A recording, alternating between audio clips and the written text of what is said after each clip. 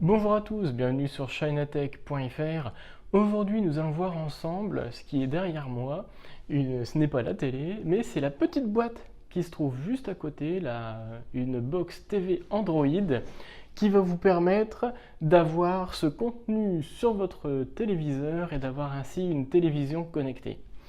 Donc déjà, vous pouvez vous rendre compte par vous-même, le produit que Gearbest m'a envoyé afin de réaliser cet article, donc que je remercie au passage, est vraiment un produit très petit qui pourra se rendre très discret à côté ou derrière votre télé ou accroché même à l'arrière de votre écran pour être vraiment tranquille, ne pas le voir, sachant que la télécommande qui est fournie avec cette box Android est en Bluetooth. Cette Xiaomi Mi Box TV est une box Android TV 6 version stock, c'est-à-dire totalement sans surcouche de la part d'un fournisseur. C'est vraiment l'Android de base fourni par Google.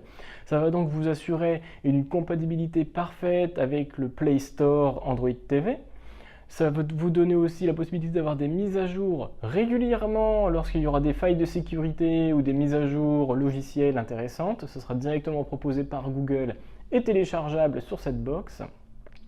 Et vous avez aussi, ce que l'on verra tout à l'heure, l'utilisation native de cette box comme une Chromecast. Donc c'est-à-dire que vous pourrez envoyer du contenu de votre smartphone, d'un iPad, etc. sur la télévision via la box, et tout ça en 4K. Alors, cette présentation a été faite, je vais m'attarder aussi sur la télécommande. C'est une télécommande très légère, design très épuré. Vous avez donc le rond de navigation gauche-droite au bas et de clic pour le faire la sélection.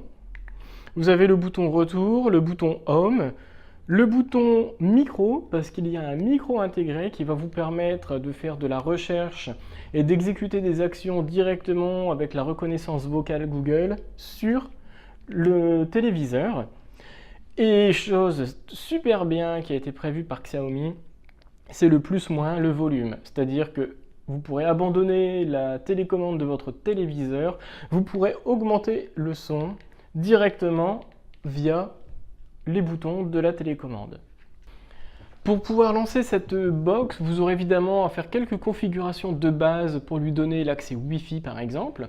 Vous verrez, c'est très simple parce que quand vous allez la démarrer pour la toute première fois, il va vous demander de l'associer à un compte Google.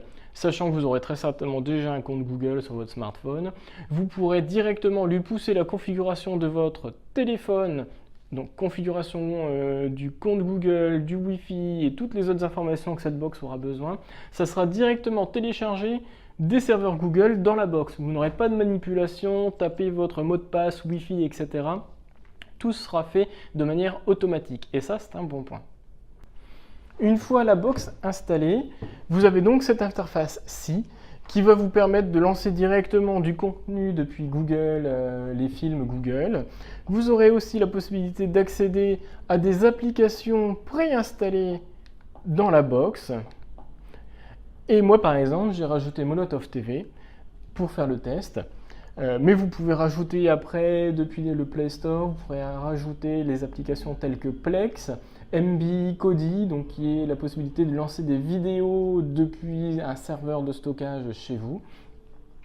Et évidemment l'accès au Play Store, comme je vous ai dit au début de cette vidéo, qui est totalement compatible, donc vous pourrez installer vraiment beaucoup plus de logiciels si vous le souhaitez. Une fois l'ensemble configuré, vous arriverez donc sur cette interface-ci et vous pourrez via les boutons de navigation, lancer ce que vous souhaitez ou utiliser l'interface vocale pour rechercher, lancer du contenu que vous souhaitez. Typiquement, quelle est la musique officielle de la Coupe du Monde? Voilà, le résultat est retourné et vous aurez par exemple sur YouTube la possibilité d'écouter la musique.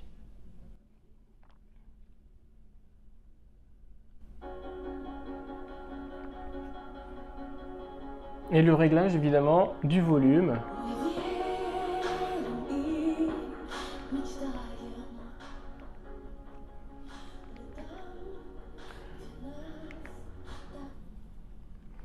Vous voyez qu'en repartant sur le bouton Home, c'est vraiment très rapide, très fluide, il n'y a vraiment pas de latence et ça c'est vraiment très bien. Je voulais vous montrer comment faire pour lancer la vidéo de l'iPad sur la Chromecast. Donc quand vous êtes connecté en Wi-Fi, vous avez après la possibilité d'avoir le petit bouton Chromecast qui vous permet de choisir la box et le contenu est envoyé directement sur le téléviseur et vous avez donc la musique d'ACDC qui apparaît.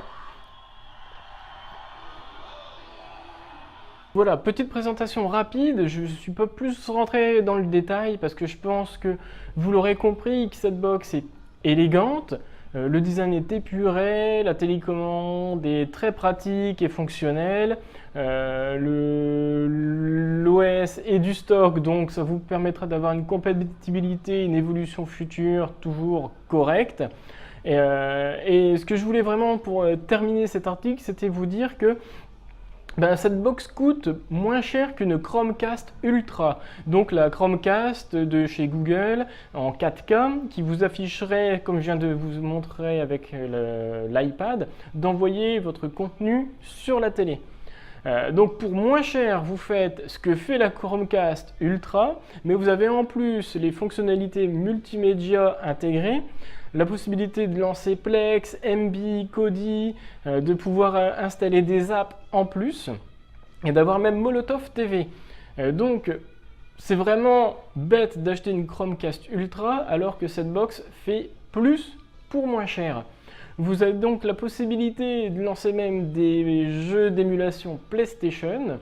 Vous pouvez avoir la Chromecast connectée avec votre assistant Google Home. Donc voilà, c'est vraiment une box super intéressante pour le prix qui est proposé. La rédaction ne peut que vous la conseiller. Je vous mettrai le lien en description de cette vidéo pour pouvoir consulter l'article, les vidéos supplémentaires que j'ai pu vous faire. Les liens évidemment pour l'acheter si vous êtes intéressé et des liens aussi pour avoir cette box au meilleur prix. Je vous dis donc à bientôt sur chinatech.fr.